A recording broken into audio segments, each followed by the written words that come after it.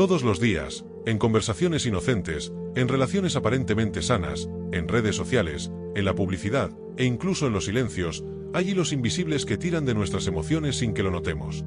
Se disfrazan de amor, de preocupación, de lógica, pero detrás de cada frase calculada hay una intención: controlarte sin que te des cuenta. Hoy te voy a revelar las técnicas de manipulación más comunes, las que se usan todos los días, las que quizás tú mismo has normalizado. No importa cuán fuerte creas ser, si no las identificas, podrías estar cayendo, sin saberlo. Gaslighting: hacerte dudar de tu realidad. Imagínate estar en una relación, ya sea con una pareja, un familiar, un amigo o incluso un jefe, y cada vez que expresas cómo te sientes, cada vez que recuerdas algo que ocurrió, te dicen que no fue así. Te dicen que lo malinterpretaste, que lo estás exagerando, que estás siendo dramática o paranoico. Al principio lo dejas pasar. Piensas que tal vez tienen razón, que quizás te equivocaste. Pero con el tiempo, empiezas a notar algo más profundo. Ya no sabes si confiar en tu memoria. Te preguntas si realmente dijiste eso, si realmente ocurrió lo que recuerdas. Y ahí es donde empieza a tomar forma una de las técnicas de manipulación más sutiles y peligrosas: el gaslighting. El gaslighting no es solo una forma de mentir. Es una estrategia sistemática para destruir tu confianza interna. Consiste en hacerte dudar de tu percepción, de tus pensamientos, de tu juicio, incluso de tu salud mental. Y lo más aterrador es que muchas veces ni siquiera te das cuenta de que está ocurriendo, porque está disfrazado de preocupación, de amor, de buena intención. Te dicen que te quieren, que solo están tratando de ayudarte. Pero cada comentario, cada corrección, cada negación constante de lo que tú viviste, va debilitando tu realidad hasta que terminas dependiendo de la versión del otro. Imagina que un día discutes con tu pareja porque llegó tarde y no te avisó. Tú le dices que te molestó, que te sentiste ignorado. Pero en lugar de validar lo que sientes, te responde: no es para tanto, solo llegué 5 minutos tarde. Y tú sabes que fueron 45 minutos. Pero insiste, una y otra vez: estás exagerando, tienes problemas con el control, siempre estás buscando un drama. Con el tiempo, dudas. Quizás si fueron solo 5 minutos. Tal vez eres tú el problema. Y así comienza la erosión lenta de tu percepción. El gaslighting tiene varias fases. La primera es la negación: niegan hechos objetivos. Luego viene la distorsión: cambian la narrativa a su favor. Después, la minimización: hacen parecer que todo lo que dices es una exageración. Y finalmente, la inversión de roles: te convierten en el culpable de sus reacciones, de su distancia, de su enojo. Tú expresas dolor, y ellos responden con desprecio. Tú dices: esto me lastimó, y ellos contestan: estás loca. Pero ¿por qué alguien haría esto? Porque controlar tu percepción es una forma de controlarte por completo. Si pueden hacerte dudar de lo que ves, de lo que sientes, de lo que piensas, entonces pueden darte una nueva versión de la realidad donde ellos son inocentes, tú eres el problema, y toda tu vida gira en torno a adaptarte a ellos. Es una forma de dominio psicológico que destruye lentamente tu identidad. El gaslighting también se perpetúa con frases comunes que parecen inocentes pero están cargadas de manipulación. Frases como: tú siempre haces esto. Estás demasiado sensible. No puedes tomarte una broma. Eres demasiado emocional. Te estás inventando cosas. Lo más peligroso es que muchas víctimas de gaslighting no se dan cuenta hasta muy tarde. A veces pasa en la infancia, cuando un padre o una madre le dice a su hijo que no tiene motivos para estar triste, que sus emociones no son válidas, que debe dejar de hacer un escándalo por tonterías. Ese niño crece creyendo que lo que siente no importa, que lo que vive no es real si los demás no lo aprueban. Y en la adultez, se vuelve vulnerable a relaciones tóxicas donde su percepción vuelve a ser cuestionada, una y otra vez. El daño que deja el gaslighting no se ve de inmediato. No hay gritos, no hay golpes, no hay insultos abiertos. Es más sutil, más confuso. Pero es profundo. Las personas que lo sufren pueden desarrollar ansiedad crónica, depresión, pérdida de autoestima, dificultad para tomar decisiones y, sobre todo, una sensación constante de estar rotas, de que hay algo malo en ellas. Y eso no ocurre porque sean débiles, sino porque han sido expuestas a una manipulación continua que las desconectó de sí mismas. Una característica del gaslighting es que no ocurre de forma aislada. Es constante, repetitivo. No es solo una mentira aquí y allá. Es una estrategia sistemática para reescribir tu historia, para imponer otra narrativa. A veces, incluso cuando pruebas lo que estás diciendo, te lo niegan. Les muestras mensajes, les recuerdas conversaciones, y aún así lo desvían. Eso no significa lo que tú crees. Estás malinterpretando. ¿Ves? Siempre estás buscando problemas. El objetivo no es solo tener la razón. El objetivo es hacerte sentir que no puedes confiar en ti mismo. Y una vez que logran eso, pueden convencerte de cualquier cosa. Pueden hacerte sentir culpable por pedir respeto. Pueden hacerte dudar de tus límites. Pueden hacerte creer que sin ellos estarías peor. Y poco a poco, sin darte cuenta, te conviertes en alguien que camina con miedo, que se autocensura, que pide permiso para existir. Salir del gaslighting no es fácil. Porque para salir, primero necesitas darte cuenta de que está ocurriendo. Y cuando ya no confías en tu percepción, eso se vuelve complicado. Pero hay señales. Si constantemente te estás disculpando por cosas que no hiciste. Si te preguntas si estás loco. Si sientes que caminar sobre cáscaras de huevo es la única forma de mantener la paz. Si cada vez que expresas un límite te hacen sentir egoísta. Si has dejado de hablar, de discutir, de cuestionar, solo para evitar confrontaciones, es posible que estés siendo manipulado. El primer paso para recuperar tu poder es recuperar tu voz. Escucharla. Validarla. Volver a confiar en tus recuerdos, en tus emociones, en tus intuiciones. Lo que sentiste fue real. Lo que viviste fue válido. Si algo te dolió, fue por una razón. No necesitas que el otro lo reconozca para que tenga valor. Tu experiencia es suficiente. No estás exagerando. No estás loca. No estás roto. Estás despertando. Estás volviendo a ti. Y cuando empieces a reconstruirte desde ahí, desde tu verdad, desde tu claridad, el gaslighting pierde su poder. Porque lo único que lo sostiene es la duda. Y cuando dejas de dudar de ti, el control se rompe. Entonces, ya no necesitan cambiar tu historia. Porque tú ya sabes cuál es. Ya no pueden manipular tu mente. Porque tú ya volviste a ocuparla. Culpa encubierta, manipularte a través de la culpa sin que lo notes. Hay una forma de control que no grita, que no impone, que no amenaza. No te obliga directamente a hacer nada, pero deja una marca en tu conciencia. Es una sensación que te acompaña en silencio, que te incomoda, que te hace cuestionar si estás siendo justo, si estás siendo ingrato, si estás fallando a alguien. Es la culpa. Pero no una culpa natural ni auténtica. Es una culpa cuidadosamente sembrada por otro, colocada como una trampa emocional para que hagas lo que espera de ti, para que te comportes de cierta manera, para que priorices sus deseos por encima de los tuyos, sin darte cuenta. Esa es la culpa encubierta. Una de las formas más sofisticadas de manipulación diaria. No empieza con un grito. Empieza con una frase aparentemente inocente. Algo como, solo quería lo mejor para ti, pero veo que ya no te importa. O después de todo lo que he hecho por ti, así me pagas. No están expresando una necesidad. Están arrojando una responsabilidad sobre tus hombros. No están pidiendo algo con claridad. Están dejando caer una carga emocional que tú sentirás la obligación de levantar. La culpa encubierta funciona porque juega con tu empatía. Se disfraza de dolor para hacerte retroceder. Te hacen creer que el problema no es lo que ellos hicieron, sino lo que tú estás haciendo sentir en ellos. El foco se desplaza. Ya no se trata de que tengas límites, de que necesites espacio, de que quieras decidir algo por ti mismo. Se trata de que les estás lastimando. Y de pronto, todo gira en torno a su sufrimiento. Ya no importa si lo que estás haciendo es sano, necesario o justo. Si causa tristeza o incomodidad en el otro, entonces eres el malo de la historia.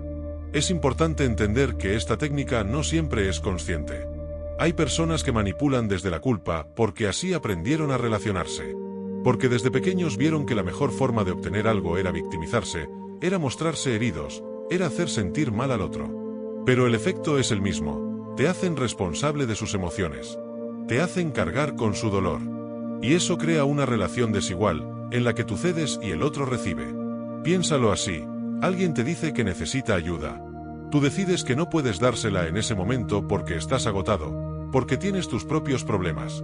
En lugar de aceptar tu decisión, esa persona dice, no te preocupes, ya me las arreglaré solo, aunque nadie me quiera ayudar. ¿Qué sientes? Culpabilidad. Aunque tu decisión era válida, aunque tu límite era justo, ahora sientes que lo estás abandonando. Que estás siendo egoísta. Y para liberarte de esa incomodidad, haces lo que no querías hacer. Lo ayudas. Cedes. Pero no lo haces por amor, lo haces para dejar de sentirte mal. Eso no es dar, es rendirse a la manipulación. La culpa encubierta también aparece en frases como: pensé que eras diferente. Yo en tu lugar nunca habría hecho eso. No esperaba esto de ti. Si de verdad te importara, no me harías esto. Siempre estoy para ti, pero tú nunca estás para mí. Estas frases no son diálogos. Son trampas. No buscan comprensión. Buscan sumisión emocional. Porque una vez que la culpa te invade, te bloquea. Te hace dudar de ti.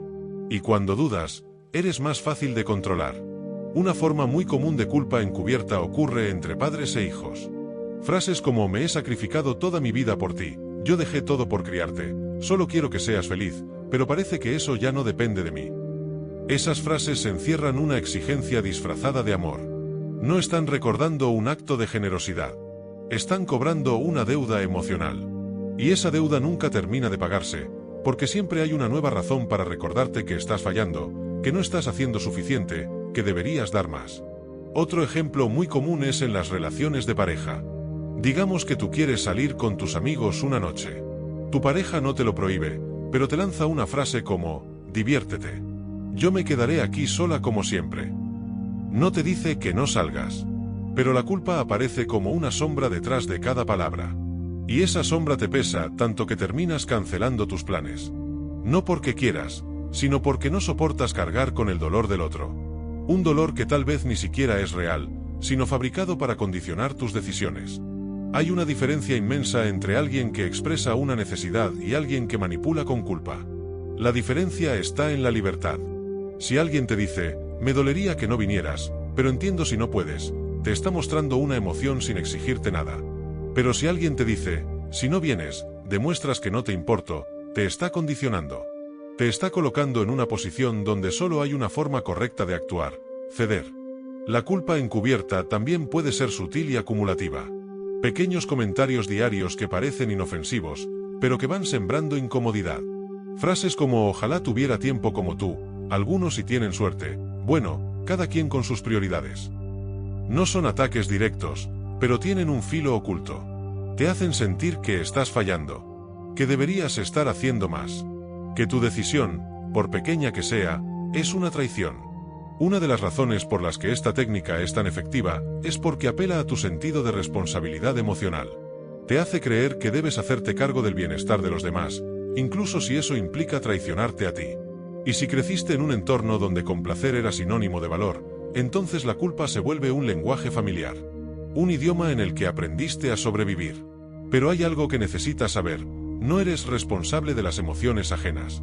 Puedes ser empático, puedes ser comprensivo, pero no puedes vivir tu vida para evitar que otros se sientan mal. La verdadera conexión emocional no se basa en chantajes ni en cargas. Se basa en acuerdos, en respeto mutuo, en libertad. Cuando alguien te hace sentir culpable por hacer algo sano, por poner un límite, por cuidarte, esa persona no te está amando. Te está moldeando para su conveniencia. Aprender a identificar la culpa encubierta requiere escuchar más allá de las palabras. Presta atención a cómo te sientes después de hablar con ciertas personas. ¿Te sientes ligero, respetado, libre? ¿O sientes un peso, una incomodidad, una necesidad de justificarte todo el tiempo? Si después de cada interacción te quedas dándole vueltas a lo que dijiste, si te preguntas constantemente si fuiste injusto, si deberías haber hecho más, es probable que estés siendo manipulado emocionalmente. Y salir de esa dinámica no significa ser frío o insensible. Significa recuperar tu autonomía. Significa poder decir no sin culpa. Significa reconocer que amar no es obedecer, que respetar no es sacrificarte siempre, que tener límites no te hace egoísta. Te hace consciente. Te hace libre. Recuerda esto: quien te hace sentir culpable para controlarte, no te respeta. Porque el respeto nunca nace de la culpa.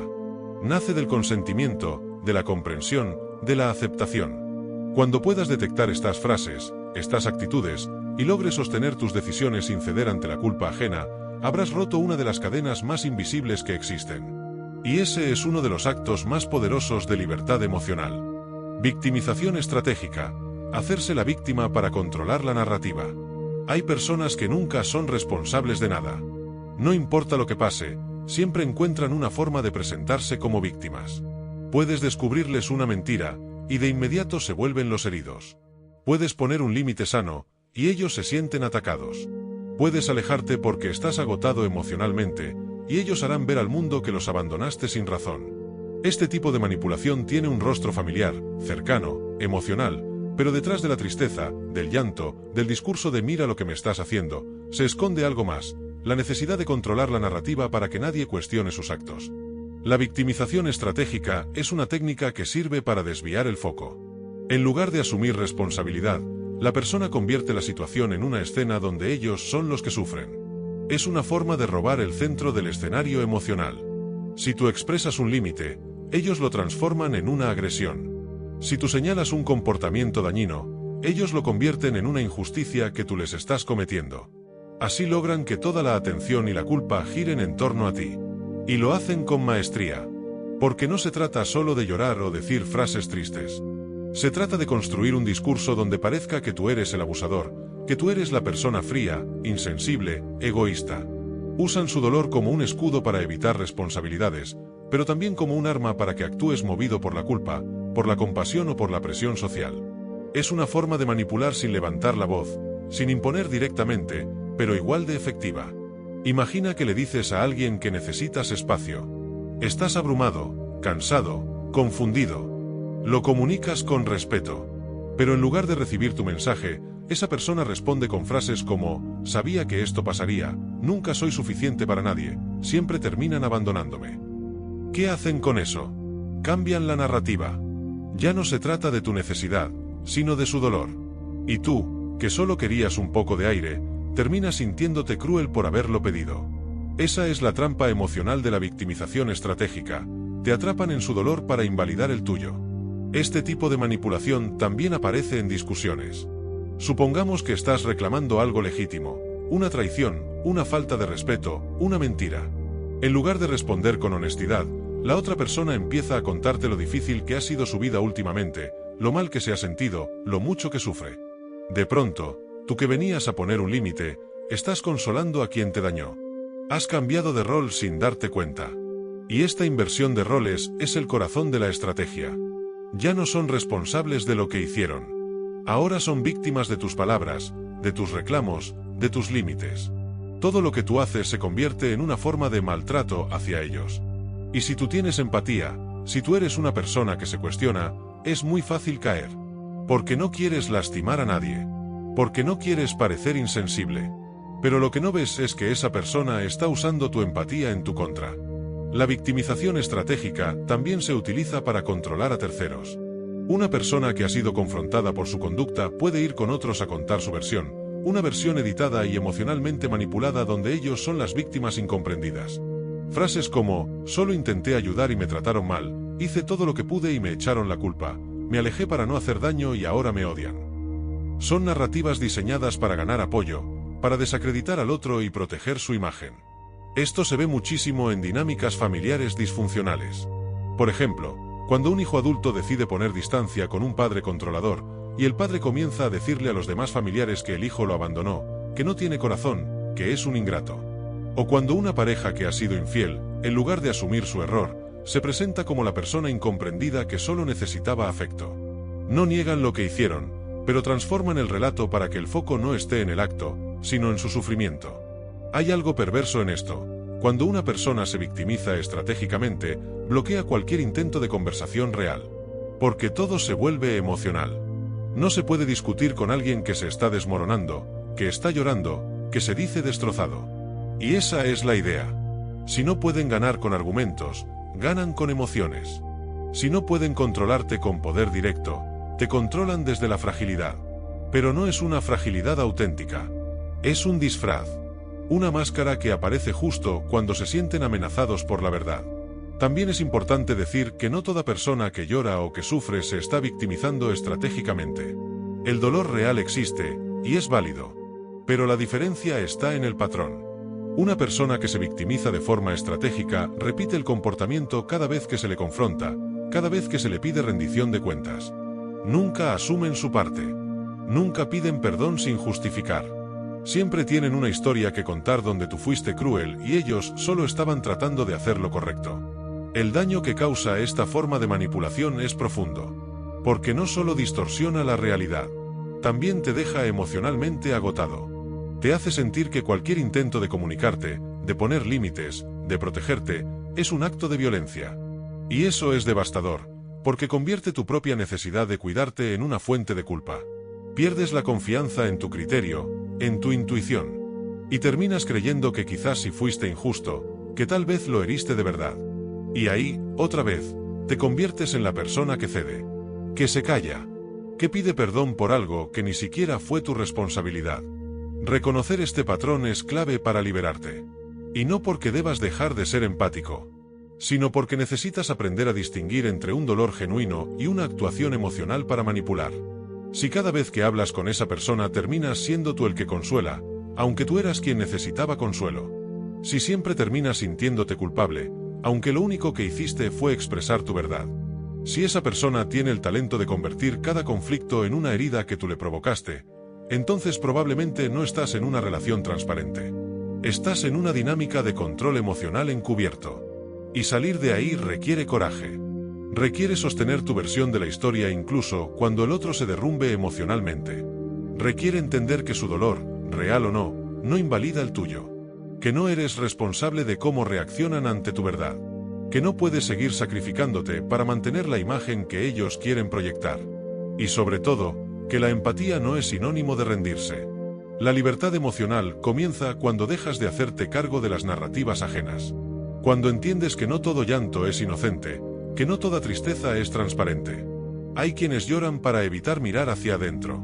Hay quienes sufren, pero solo cuando eso les sirve para mantener el control. Silencio como castigo, manipularte a través de la ausencia emocional. No hay gritos, no hay insultos, no hay discusión, solo silencio.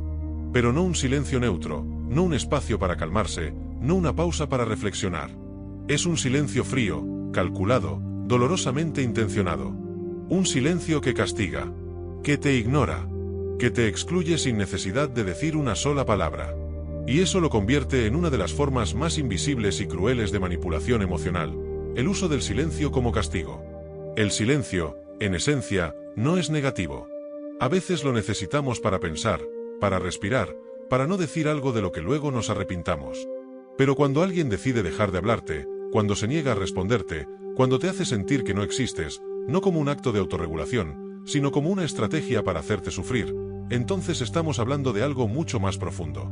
De una forma de control emocional que actúa como una tortura pasiva. La persona que usa el silencio como castigo no te dice que está molesta. Simplemente se desconecta. Te ignora. Te deja en visto. No responde llamadas. No te mira. No te reconoce. Y ese vacío, esa ausencia repentina, genera un dolor que va más allá del enojo. Es la sensación de que has sido borrado.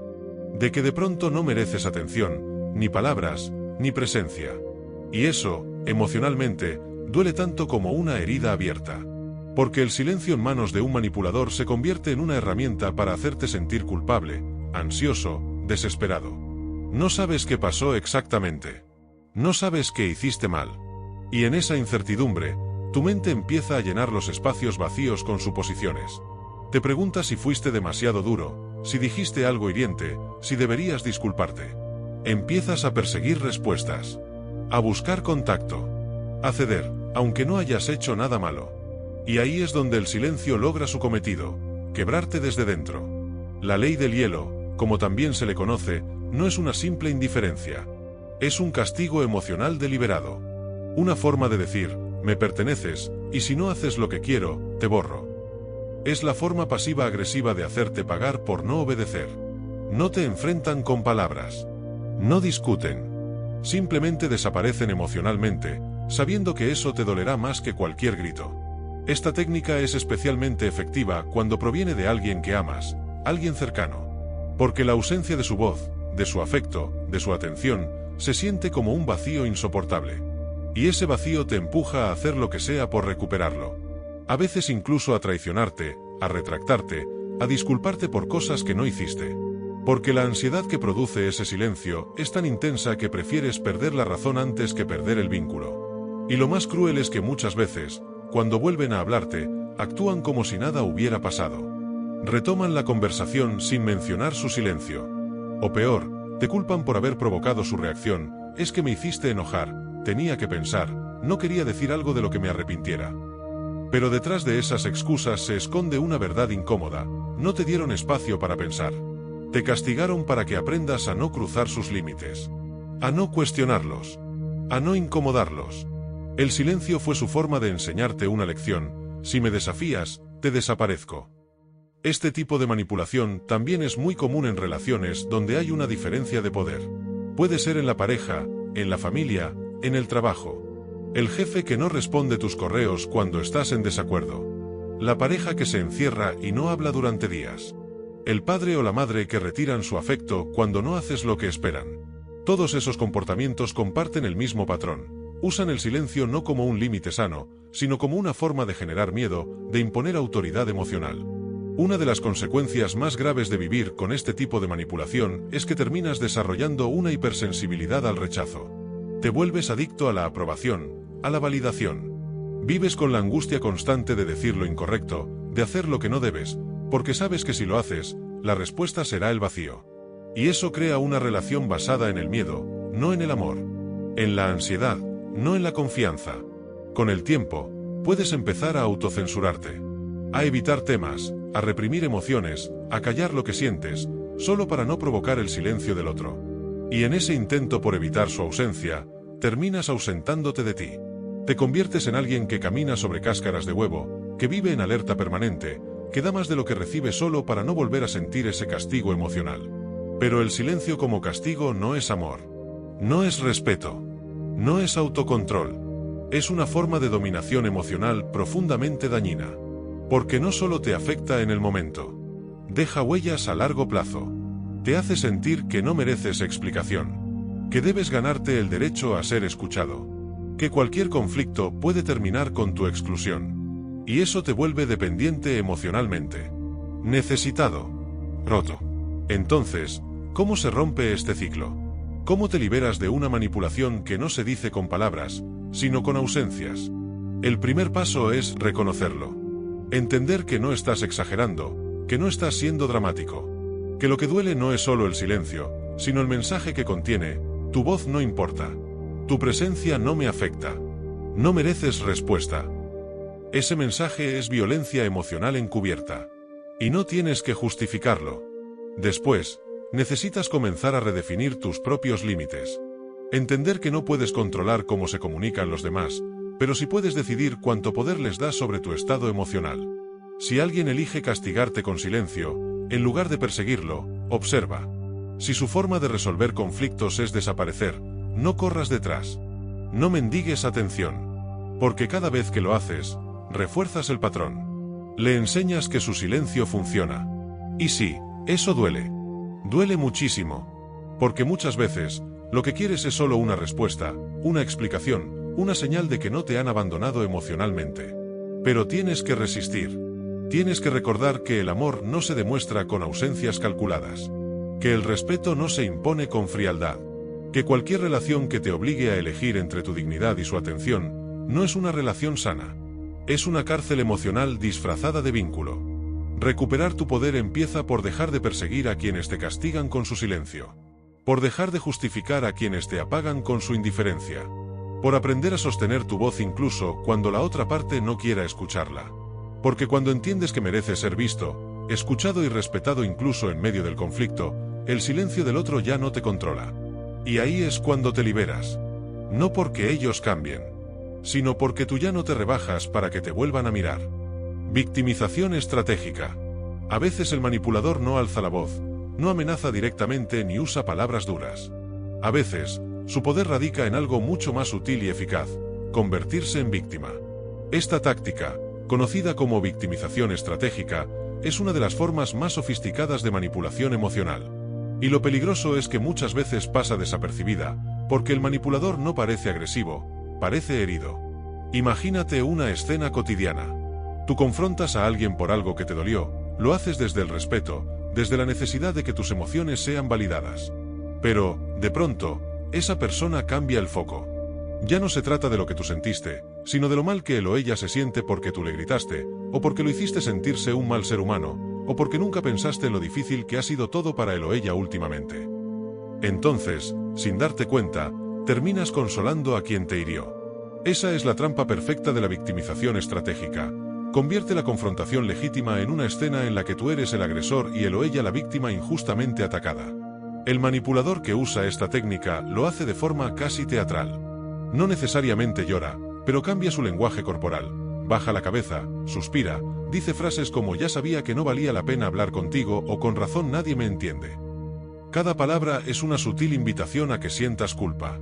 No porque hayas hecho algo malo, sino porque ellos necesitan que dejes de exigir tus derechos y empieces a cargar con sus emociones.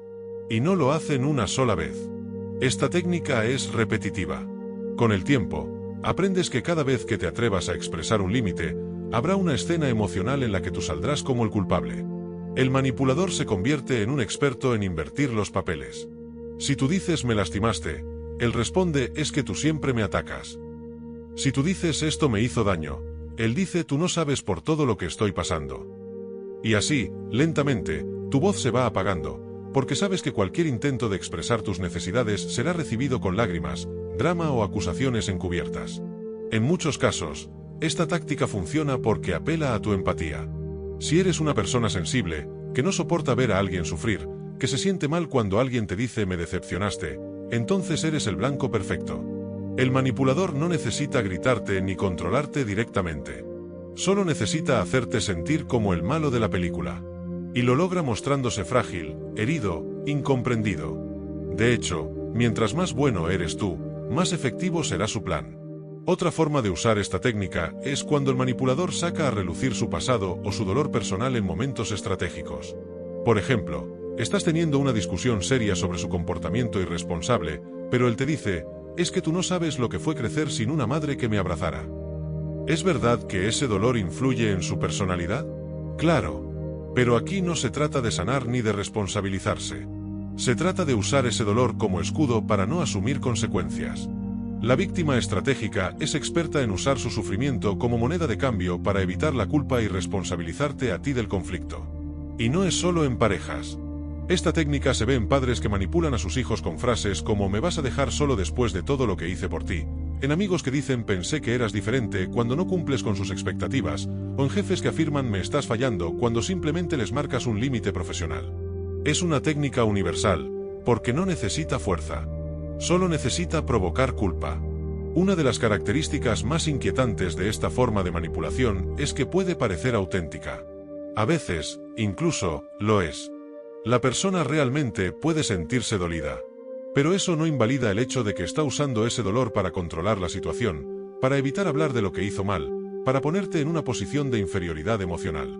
No toda persona que se victimiza lo hace con maldad, pero sí con una intención inconsciente o consciente de evitar hacerse cargo. Con el tiempo, quien vive con un manipulador así termina sintiendo que caminar sobre cáscaras de huevo es lo normal. Que cualquier palabra puede desatar una crisis emocional. Que ser honesto es sinónimo de herir. Y ese es el objetivo final, que dejes de confrontar, que dejes de cuestionar, que te conviertas en un cuidador emocional a tiempo completo del supuesto daño del otro. Y así, el manipulador consigue lo que quiere, mantener su poder, su inmunidad, su control, sin levantar la voz. Reconocer esta táctica no es fácil, especialmente cuando tú también tienes empatía, heridas y ganas de cuidar al otro. Pero el verdadero amor, la verdadera conexión humana, no debería pedirte que calles tus heridas para cuidar las suyas. No debería obligarte a renunciar a tu voz para que el otro no se sienta mal. Si alguien necesita hacerse la víctima para que tú te sientas el verdugo, no está construyendo una relación. Está jugando un juego. Y tú mereces salir de él. El silencio como castigo. Hay una forma de manipulación que no necesita palabras. No grita, no discute, no exige, simplemente se calla. Y sin embargo, ese silencio pesa más que 1000 gritos. Es el silencio que no nace de la calma, sino de la intención. El que se usa como castigo, como forma de control, como herramienta para que el otro sufra, dude, se desgaste y al final, se rinda. Esta técnica se conoce como el tratamiento del silencio, y es una de las formas más crueles y efectivas de manipulación emocional. No estamos hablando del silencio que alguien necesita para calmarse o procesar una emoción. Ese es válido, incluso saludable. El silencio como castigo, en cambio, es planificado. Es ese momento en que una persona deja de hablarte, de responderte mensajes, de mirarte siquiera, no para encontrar paz, sino para que tú sufras. Para que te preguntes qué hiciste mal. Para que te sientas culpable. Para que empieces a mendigar una reacción, una explicación, una migaja de atención. Funciona porque activa algo muy profundo en el ser humano, el miedo al rechazo y al abandono. Cuando alguien que te importa se desconecta sin previo aviso, sin motivo claro, tu mente empieza a llenar los vacíos. ¿Habrá sido mi culpa? ¿Dije algo indebido? ¿Por qué me ignora? Y entre más piensas, más te desgastas. El manipulador lo sabe. Por eso, el silencio es tan poderoso, porque te obliga a volcar toda tu energía emocional en resolver un vacío que él mismo creó. El castigo no está en lo que se dice, sino en lo que se deja de decir. En ignorarte. En actuar como si no existieras. En pasar a tu lado sin mirarte.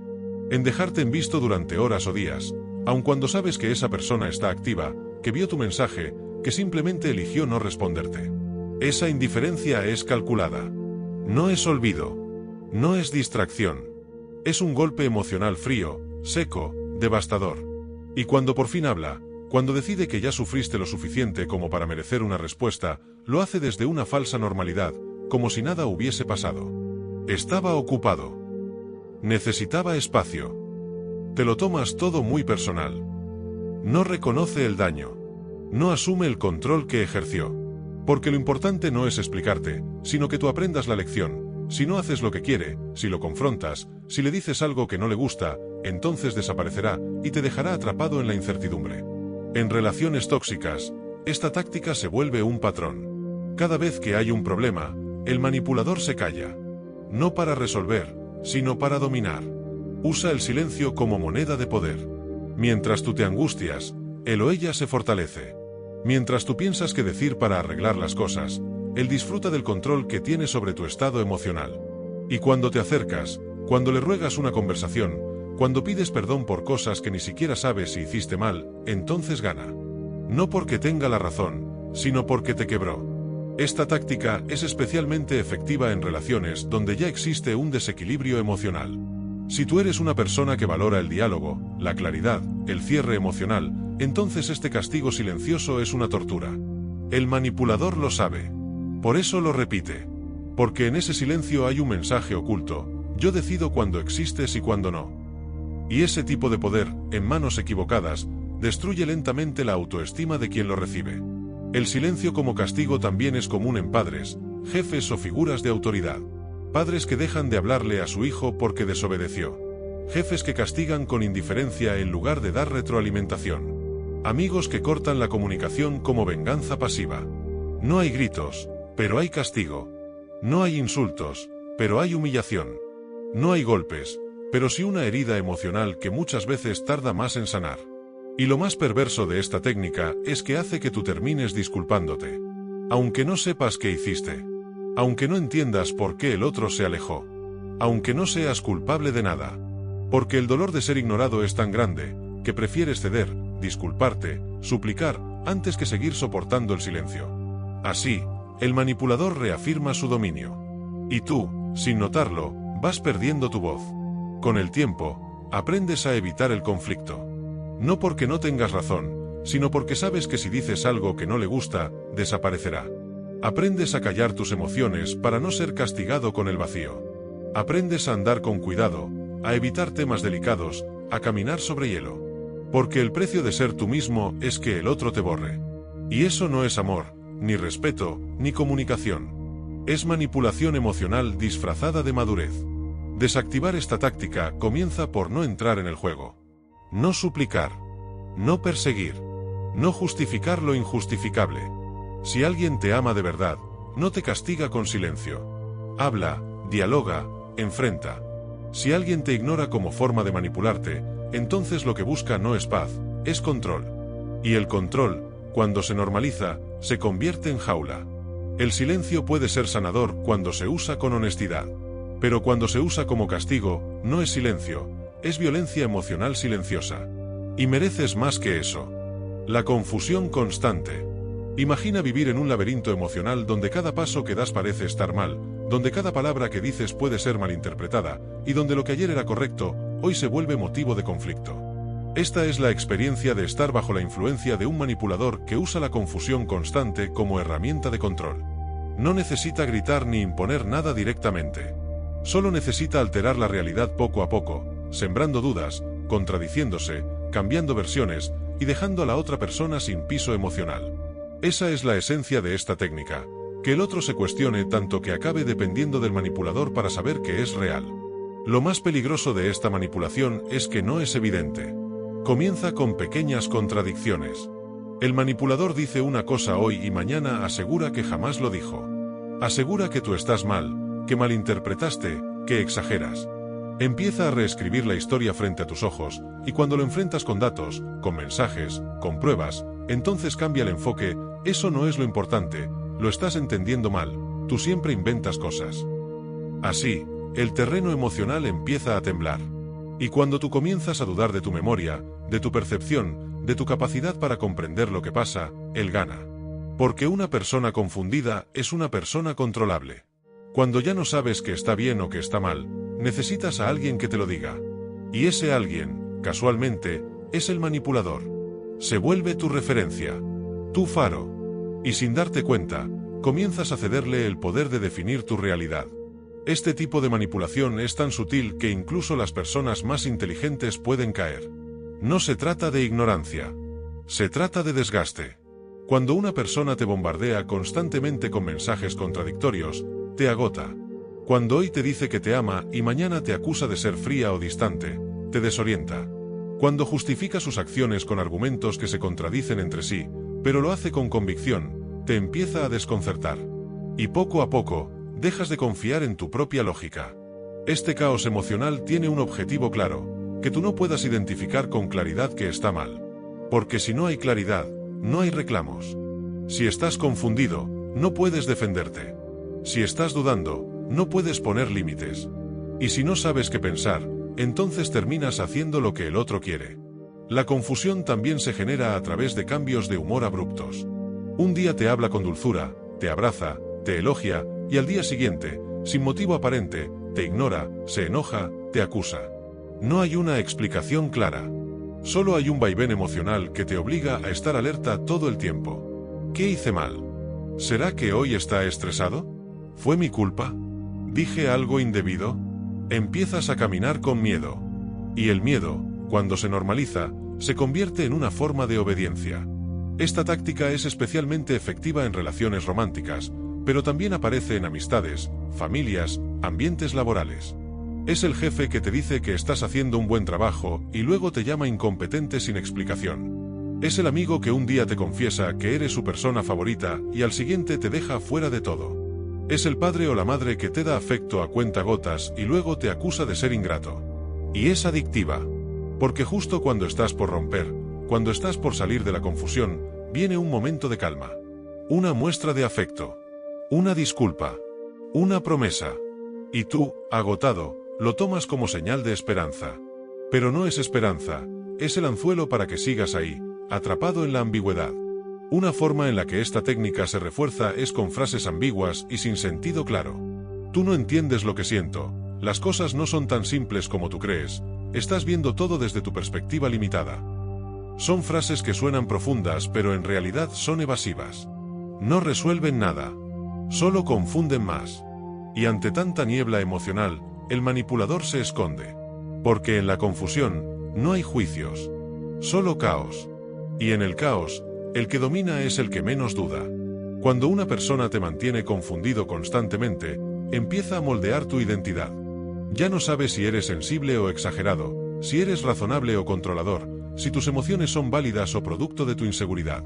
Y cuando dudas de ti mismo, entonces todo lo que el otro diga se vuelve más creíble.